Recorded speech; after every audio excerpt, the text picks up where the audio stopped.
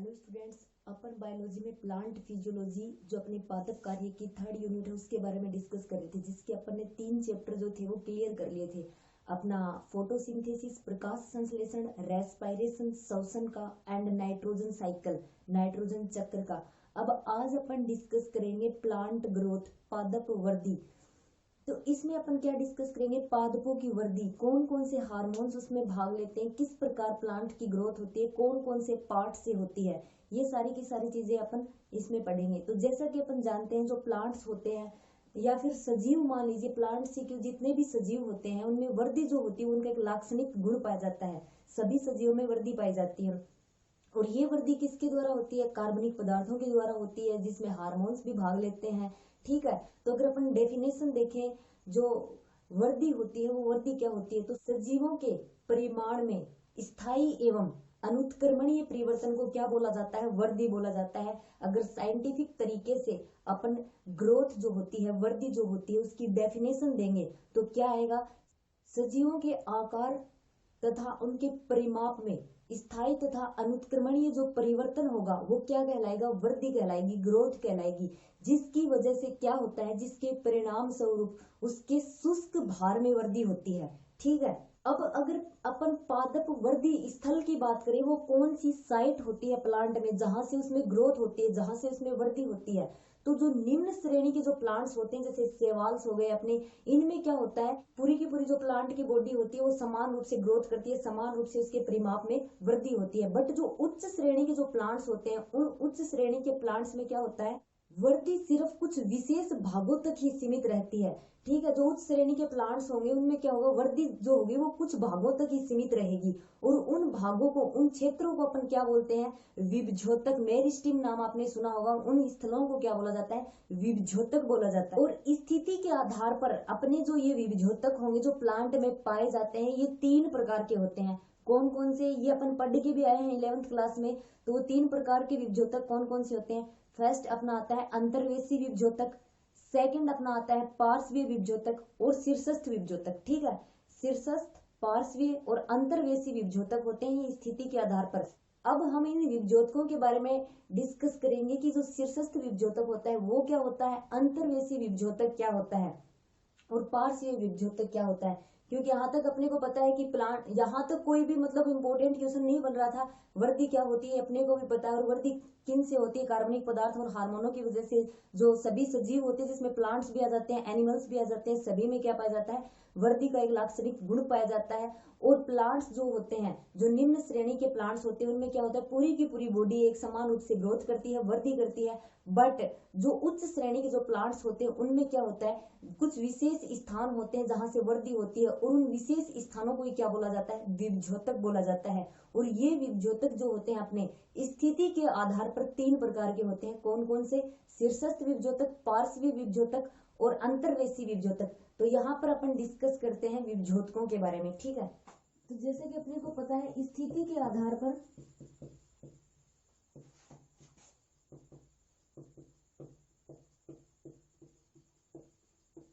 विभज्योतक 3 प्रकार के होते हैं।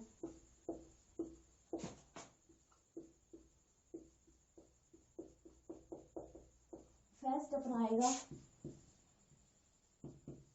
शीर्षस्थ विभज्योतक,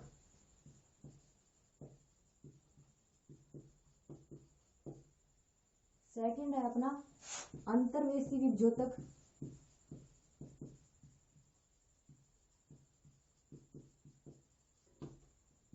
थर्ड है अपना पार्श्वीय विभज्योतक।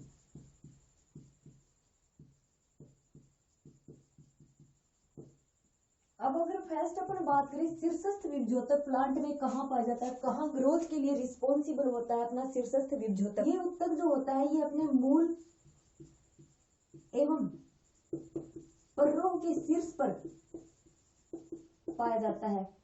मूल एवं पर्रों शीर्ष पर पाया जाता है, जिससे वहां पर क्या होती है, कोशिकाएं जो होती हैं, कोशिकाएं विभाजित होकर नई कोशिकाओं का फॉर्मेशन करती है और उन नई कोशिकाओं के विवर्धन एवं विभेदन से वहां पर स्थायी ऊतकों का फॉर्मेशन हो जाता है,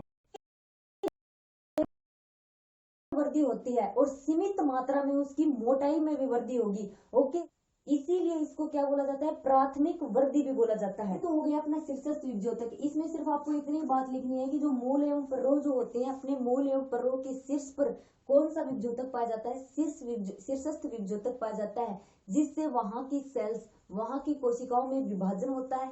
वहां की कोशिकाओं में विभाजन से वहां पर नई कोशिकाएं बनेंगी, प्ररोह के आगे वाले सिरे पे और मूल के आगे वाले सिरे पर, ठीक है। वहां पे कोशिकाओं का विभाजन होगा तो कोशिकाओं के विभाजन से नई कोशिकाओं का फॉर्मेशन होगा, और उन नई कोशिकाओं के विवर्धन एवं विभेदन से क्या होगा, स्थायी ऊतकों का फॉर्मेशन हो जाएगा वहां पर, ठीक है। जैसा कि अपन जानते हैं सेल्स आपस में मिलकर टिश्यू का फॉर्मेशन ही तो करती हैं, ऊतकों का निर्माण ही तो करेंगी, जिससे वहां पर ऊतकों का निर्माण हो जाएगा। एंड और क्या होगा, इसकी वजह से प्लांट जो होता है, प्लांट की वृद्धि जो होती है, लंबाई में वृद्धि होती है प्लांट की, और सीमित मात्रा में उसकी मोटाई में वृद्धि होगी, ओके। और ये वृद्धि जो होगी ये प्राथमिक वृद्धि कहलाती है। ये तो हो गया अपना शीर्षस्थ विभ्योतक। अब सेकंड अपन बात करें अंतर्वेशी विभ्योतक। तो ये अंतर्वेशी विभ्योतक होगा, ये स्तंभ की पर्व संधि पर पाया जाएगा। स्तंभ जो होता है उसकी पर्व संधि पर कौन सा विभ्योतक पाया जाता है, अंतर्वेशी विभ्योतक पाया जाता है, जिसकी वजह से क्या होता है, जो प्लांट जो होता है, जो पादप होता है, उसकी तने में वृद्धि होती है इस अंतर्वेशी विभ्योतक की वजह से, ओके। अब नेक्स्ट अपन बात करें पार्श्वीय विभ्योतक। ये क्या होता है, तो ये पार्श्वीय विभ्योतक होता है, इसकी वजह से क्या होता है, जो अपने द्विबीजपत्री प्लांट्स जो होते हैं ना, उनके पादप जो अपने परो या फिर अपने ये जड़ हो गई, उनमें क्या होता है, उनकी मोटाई में वृद्धि होती है पार्श्वीय विभ्योतक की वजह से। शीर्षस्थ विभ्योतक क्या कर रहा था, उसकी लंबाई में वृद्धि कर रहा था, और पार्श्वीय विभ्योतक क्या करेगा, मोटाई में वृद्धि करेगा।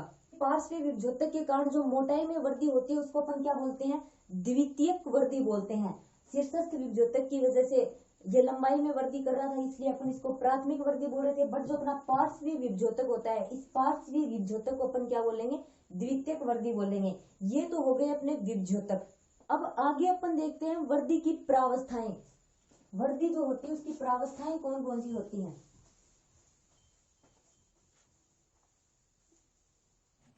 अपना अब टॉपिक है वृद्धि की प्रावस्थाएं।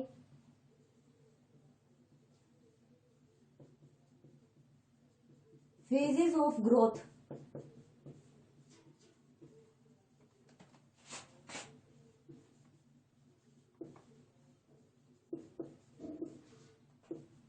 तो वृद्धि की तीन प्रावस्थाएं होती हैं। फर्स्ट प्रावस्था होगी अपनी कोशिका निर्माण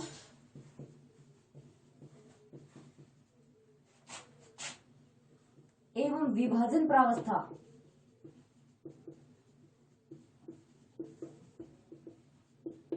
सेकंड अपना है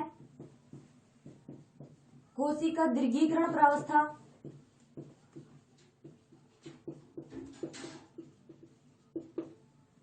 और तीसरी प्रावस्था अपनी होगी कोशिका विभेदन प्रावस्था।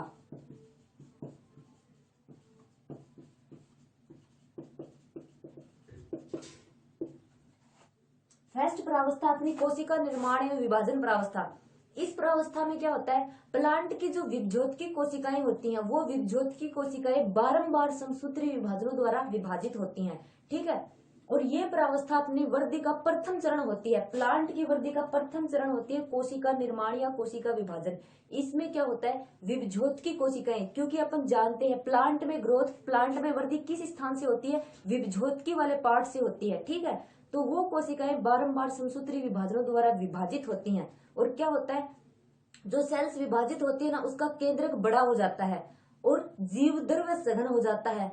एंड जो कोशिका भित्ति होती है वो पतली हो जाती है, ठीक है। और इस कोशिका निर्माण प्रावस्था को क्या बोला गया है, पूर्व निर्माण प्रावस्था भी बोला गया है। प्लांट की वृद्धि की पूर्व निर्माण प्रावस्था क्यों बोला गया है, क्योंकि यह प्लांट को तीव्र वृद्धि के लिए प्रिपेयर करता है, ठीक है, इसीलिए इसको पूर्व निर्माण प्रावस्था बोला गया है। अगर कोशिका निर्माण प्रावस्था पूछते हैं तो बस इतना से लिखना है आपको। इसमें विभ्योतकी सेल होती हैं, वो बारंबार समसूत्री विभाजनों द्वारा विभाजित होती हैं, जिससे उनकी संख्या में वृद्धि होती है। और जो कोशिका होती है, जो विभाजित होने वाली कोशिका होती है, उसका जो केंद्रक होता है वो बड़ा हो जाता है, जीवद्रव्य जो होता है वो सघन हो जाता है, कोशिका भित्ति जो होती है वो पतली हो जाती है। और ये जो प्रावस्था होती है ये पूर्व निर्माण प्रावस्था कहलाती है। अब सेकंड प्रावस्था की अपन बात करें, कोशिका दीर्घीकरण प्रावस्था। तो इसमें क्या होता है, जो सेल्स विभाजित हो रही है, जो नई सेल्स बनती हैं, उनमें अनुत्क्रमणीय रूप से क्या होगी, वृद्धि होगी। सेल्स में अनुत्क्रमणीय रूप से वृद्धि होगी और क्या बनेंगी, छोटी छोटी रिक्तिकाएं बनेंगी। और वो छोटी छोटी रिक्तिकाएं जो बनी हैं सेल्स के अंदर, वो आपस में मिलकर क्या कर लेंगी, एक बड़ी केंद्रीय रिक्तिका का फॉर्मेशन कर लेंगी। ठीक है, और ये अपने प्लांट ग्रोथ का द्वितीय चरण होता है। ठीक है, इसमें बस इतनी सी बात आती है, कोशिका निर्माण के टाइम जो बार बार समसूत्री विभाजन से जो सेल्स बन रही हैं, उन सेल्स का फिर क्या होता है, उनमें छोटी छोटी रिक्तिकाएं बन जाती हैं। वो रिक्तिकाएं आपस में मिलकर एक बड़ी केंद्रीय रिक्तिका का फॉर्मेशन कर लेती हैं। और जो सेकंड परावस्था होती है, इस परावस्था में अपना प्लांट जो होता है उसके शुष्क भार में वृद्धि होती है। ये तो अपनी द्वितीय प्रावस्था हो गई। और तीसरी है कोशिका विभेदन प्रावस्था, ये अंतिम प्रावस्था होती है। इसमें क्या होता है, सेल जो होती है वो पूर्ण परिपक्व हो जाती है और अपने कार्यों के अनुसार विभेदित हो जाती है। ठीक है, सेल जो होगी वो स्थायी ऊतकों में भी परिवर्तित हो जाएगी, क्योंकि अपन जानते हैं सेल्स होते हैं, सेल्स आपस में मिलकर किसका फॉर्मेशन करती है, टिश्यू जो होता है ऊतकों का फॉर्मेशन करते हैं। तो लास्ट स्टेप में अपने क्या होगा, जो कोशिका बनी है वो ऊतकों में, स्थायी ऊतकों में परिवर्तित हो जाएंगी और अपने कार्यों के अनुसार विभेदित हो जाएंगी। जाइलम और फ्लोएम का विभेदन हो जाएगा। ठीक है, तो अपनी वृद्धि की जो प्रावस्थाएं आती हैं उनमें ये तीनों की तीनों प्रोसेस होते हैं, जिसमें ज्यादा कुछ नहीं, इनके नाम से स्पष्ट हो रहा है। फर्स्ट में क्या होगी, कोशिकाएं डिवीजन होना स्टार्ट कर देंगी। सेकंड में क्या होगा, उसमें रिक्तिकाएं बनेंगी छोटी छोटी, और वो रिक्तिकाएं आपस में मिलकर एक बड़ी केंद्रीय रिक्तिका का फॉर्मेशन कर लेंगी। लास्ट में जो अपनी जो सेल होगी वो स्थायी ऊतकों में परिवर्तित हो जाएगी और अपने कार्य के अनुरूप सेल्स जो होंगे उनका विभाजन हो जाएगा। ये प्रथम चरण होता है वृद्धि का, ये द्वितीय चरण होता है वृद्धि का, और ये अंतिम चरण होता है वृद्धि का। अब अपन अपने नए टॉपिक पर बात करेंगे, वृद्धि बल गति की, ग्रोथ काइनेटिक्स क्या होती है, हम उस पर डिस्कस करेंगे।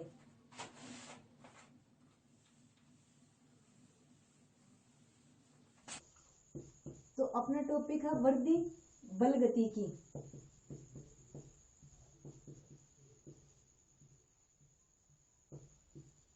इसमें स्टूडेंट्स अपन सबसे पहले बात करेंगे वृद्धि दर, ग्रोथ रेट। वृद्धि दर क्या होती है, तो एक निश्चित समय के अंदर क्या होता है, किसी अंग या पादप विशेष के आयतन में या भार में होने वाली वृद्धि को अपन क्या बोलते हैं, वृद्धि दर। इसकी डेफिनेशन देखें अपन वृद्धि दर की, एक निश्चित समय में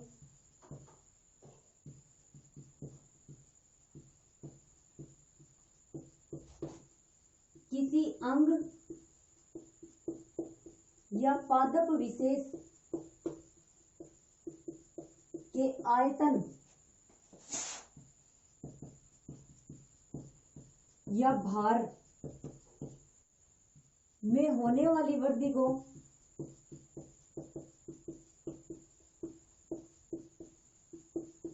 वृद्धि दर कहते हैं।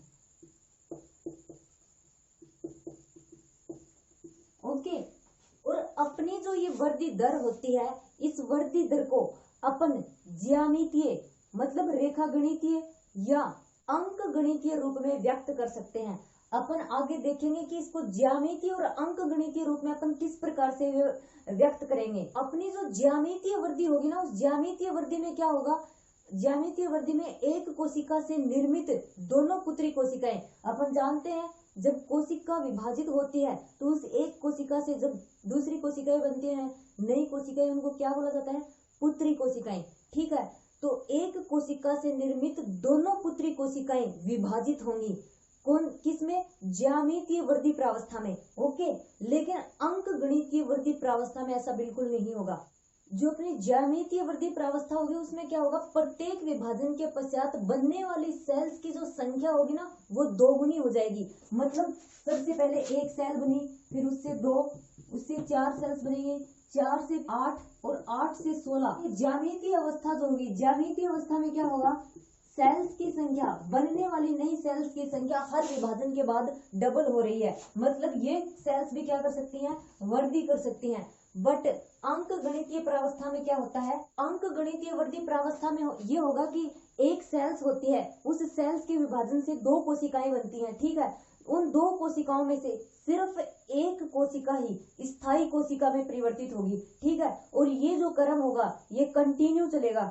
ओके, और इस प्रकार अंक गणितीय प्रावस्था में प्रत्येक विभाजन के पश्चात क्या होगा, अपने को सिर्फ एक सेल ही नहीं प्राप्त होगी, इस प्रकार का जो विभाजन होता है, अंक गणितीय जो विभाजन प्रावस्था होती है, किस में पाई जाती है?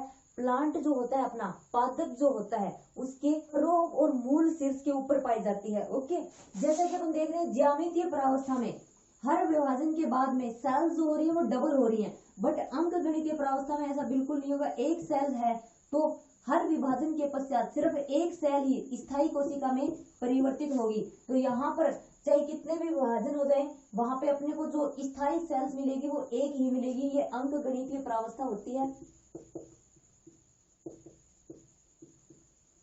जैसा कि अपन ने देखा, ये अपनी अंक गणितीय वृद्धि प्रावस्था है। ये कहाँ पे पाई जाती है? अपने जो प्लांट्स होते हैं, प्लांट्स के जो मूल और ये अपना पर्रो होता है उसके शीर्ष पर पाई जाती है। ओके, क्लियर इतना? तो अपनी ये जो अब ज्यामितीय वृद्धि प्रावस्था कहाँ पे पाई जाएगी? ये जो अपना जाइगोट होता है, अपना युग्मनज होता है, उसके विभाजन की जो आरंभिक स्टेज होती है ना, वहां पर देखा जाता है। और अगर मैं आपको ये चीज डायग्राम के थ्रू समझाऊं तो इसमें क्या होता है, सबसे पहले अपन अंक गणितीय वृद्धि प्रावस्था देखते हैं। ठीक है, ये अपने पास एक सेल है, ये सेल डिवाइड होगी तो अपने पास इससे दो सेल का फॉर्मेशन होगा।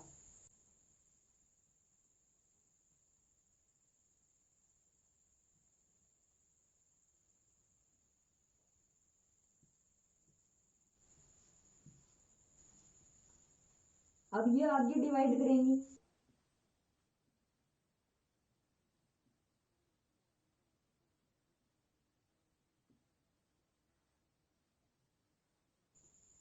फिर इनमें डिवीजन होगा।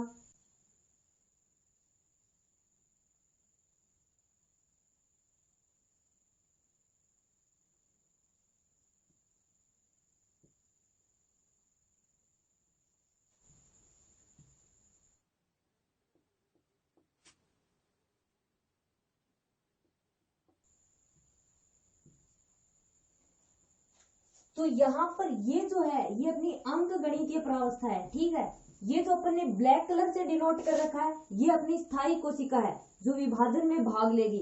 तो यहाँ पर इस पुत्री कोशिका से सिर्फ ये एक जो सेल्स थी ये स्थायी कोशिका में परिवर्तित हुई। आगे भी अपनी स्थायी कोशिका हर डिवीजन में अपने को सिर्फ एक सेल्स प्राप्त हो रही है। तो ये किस प्रकार की प्रावस्था है? अंक गणितीय। अंक गणितीय प्रावस्था में अपन ने यही पढ़ा था कि जो सेल्स होती हैं वो डिवाइड होती हैं, तो उसमें से डिवाइड होने वाली सेल्स में सिर्फ एक सेल जो होगी वो क्या करेगी? स्थायी कोशिका में परिवर्तित होगी। स्थायी कोशिका में परिवर्तित मतलब ये सिर्फ ये सेल जो होगी यहाँ पे अपने को जो ब्लैक कलर में डिनोट हो रही है ये ही कोशिका विभाजन में समर्थ होगी। बाकी जो ये सेल्स हैं ये कोशिका विभाजन में समर्थ नहीं होंगी। जबकि अगर यही प्रावस्था अपन ज्यामितीय वृद्धि प्रावस्था में देखें तो क्या होता है? अपने पास इसकी की सारी कोशिकाएं डबल होती हैं। अपन ने पढ़ा था एक सेल से दो सेलों का फॉर्मेशन हो जाएगा।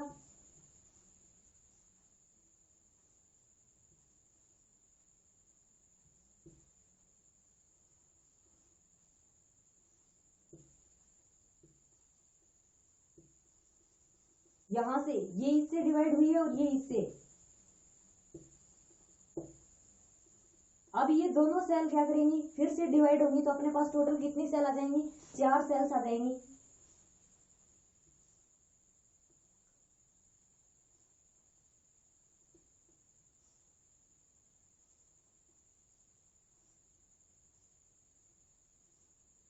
इससे मतलब हर एक सेल्स आगे डिवीजन में भाग ले रही है।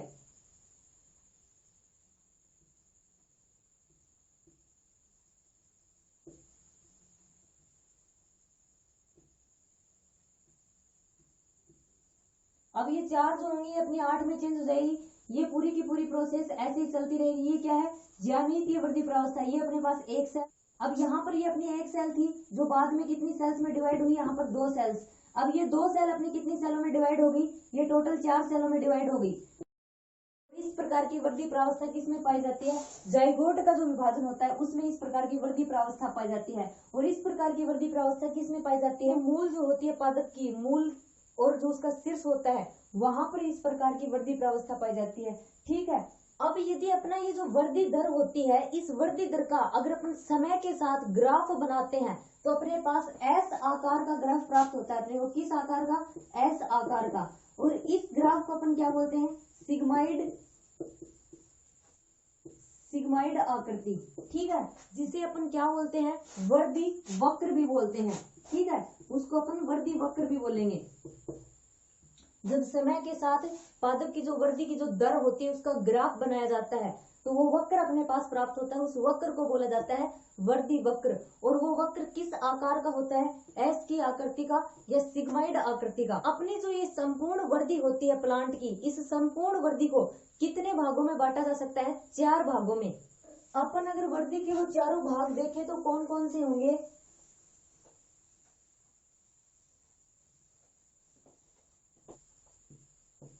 वृद्धि वक्र के 4 भाग। यहाँ वृद्धि वक्र क्या होता है अपन जानते हैं, जो वृद्धि की जो दर होती है उसका समय के साथ जो ग्राफ बनाया जाता है उसका जो वक्र प्राप्त होता है उसको अपन बोलते हैं वृद्धि वक्र।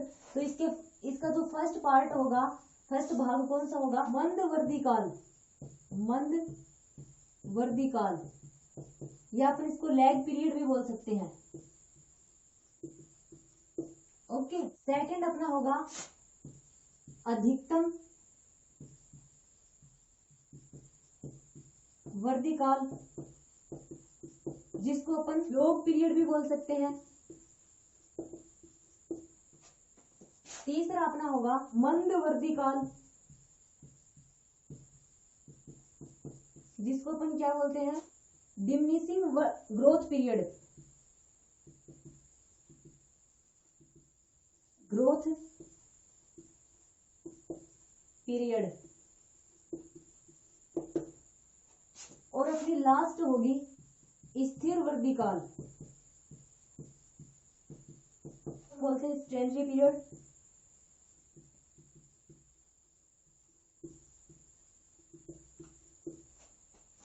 ठीक है, वृद्धि वक्र के ये 4 भाग होते हैं जिससे अपने को क्या प्राप्त होता है, सिग्माइड आकार का वृद्धि वक्र प्राप्त होता है। अब फर्स्ट स्टेप की अपन बात करें, मंद वृद्धि काल, ये क्या होता है। तो अपना ये मंद वृद्धि काल जो होता है ये वृद्धि की प्रारंभिक प्रावस्था होती है, ठीक है, वृद्धि की आरंभिक अवस्था होती है जिसमें सेल्स जो होती है उसमें काफी चेंजेस आते हैं।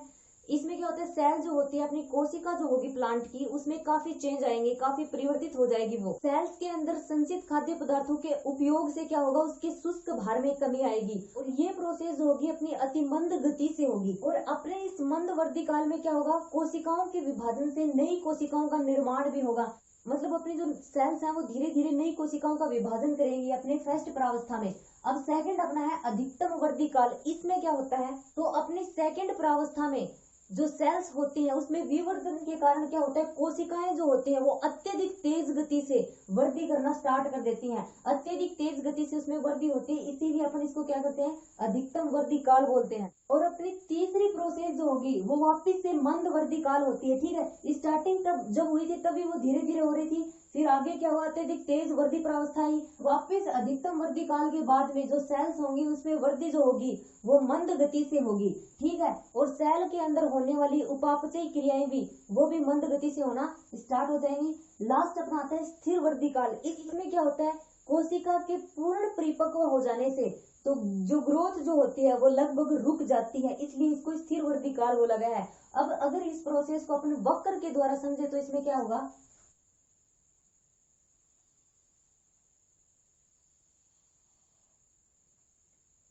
तो यहाँ पे अपनी क्या है, वृद्धि, और यहाँ पर समय, क्योंकि वृद्धि वक्र अपन समय के सापेक्ष ही बनाते हैं, समय या अवधि। तो यहाँ पर अपन ने जैसा डिस्कस किया था कि अपने पास एस आकार का क्या प्राप्त होता है, वक्र प्राप्त होता है अपने को, इस आकृति का, ये एस आकृति का सिग्माइड वक्र अपने को मिलेगा।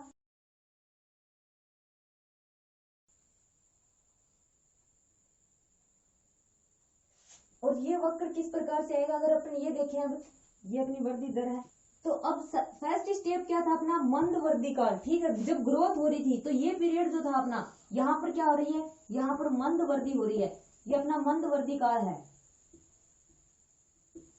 ठीक है। फिर अधिकतम वृद्धि काल, यहाँ पर जो आएगा अपना क्या आएगा, अधिकतम वृद्धि, क्योंकि यहाँ पर वृद्धि जो हो रही है वो ज्यादा हो रही है। और यहाँ पर न्यून या फिर वापस से मंद बोल सकते हैं, ये अपना फर्स्ट स्टेप था, ये सेकंड और ये थर्ड, और लास्ट में यहाँ पर आकर क्या हो जाएगा, स्थिर हो जाएगा, यहाँ पर स्थिर वर्दी काल आएगा। ठीक है, तो इस प्रकार से ये अपने पास वर्दी वक्र जो है वो सिग्माइड वर्दी वक्र अपने को प्राप्त होता है जब ये चारों की चारों फेजेस अपन देखते हैं ग्रोथ में, किसके सापेक्ष, समय के सापेक्ष। तो ये अपना क्या है, सिग्माइड वर्दी चाप। ओके, इसमें ज्यादा कुछ है नहीं, इसके जो नाम है उसी से स्पष्ट हो रहा है। फर्स्ट में क्या होगा, कोशिका विभाजन होना स्टार्ट हो जाएंगी, धीरे धीरे क्या होगा, सेल्स ग्रोथ करेंगी, फिर क्या होगा, सेल्स बहुत जल्दी ग्रोथ करेंगी, अधिकतम वृद्धि होगी उनमें, फिर वापस से क्या होगा, उनके अंदर क्या हो चुका होता है, वृद्धि लगभग हो चुकी होती है, तो वापस से वो मंद होना स्टार्ट हो जाएंगी, और लास्ट में स्थिर प्रावस्था हो जाती है, मतलब परिपक्व प्रावस्था हो जाती है, वहां पर ग्रोथ बिल्कुल रुक जाती है। जो ये अधिकतम वृद्धि काल है, इस अधिकतम वृद्धि काल को सेक्स जो साइंटिस्ट था उसने क्या बोला था, इसको समग्र वृद्धि काल भी बोला था। सेक्स ने अधिकतम वृद्धि काल को समग्र वृद्धि काल में बोला था। तो ये तो हो गई अपने वृद्धि वक्र के 4 फेजेस। आगे अपन नेक्स्ट टॉपिक में अपने बात करेंगे वृद्धि मेजरमेंट का। ठीक है, और ये अपना जो ग्रोथ मेजरमेंट या वृद्धि चाप है, ये अपना प्रैक्टिकली टॉपिक भी है। ठीक है, अपन इसके ऊपर डिटेल से स्टडी करेंगे कि ये क्या होता है और किस प्रकार से होता है।